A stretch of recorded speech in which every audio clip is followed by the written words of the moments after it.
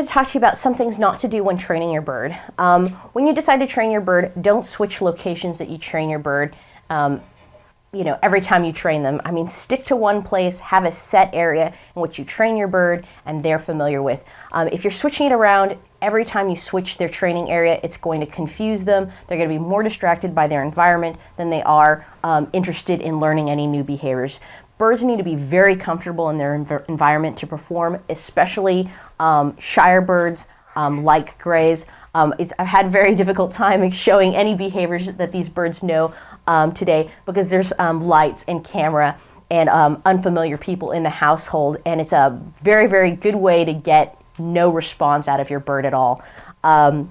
Other things you don't want to have in the household at the same time. There's a lot of other activities going on, obviously. You don't want people cooking at the same time in the background. You don't want the dog running through the house at the same time.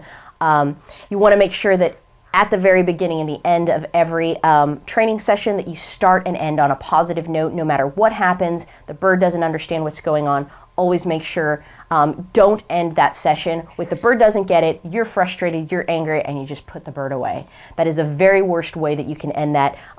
For one, you're not going to try training your bird again anytime soon, and your bird's certainly not going to want to be trained again anytime soon because last time he tried and set out in that location and was with you, he didn't have a good time.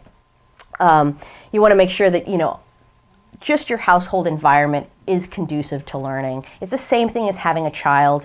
You just don't want tons of distractions, television on, and that sort of thing when trying to teach new behaviors to your bird.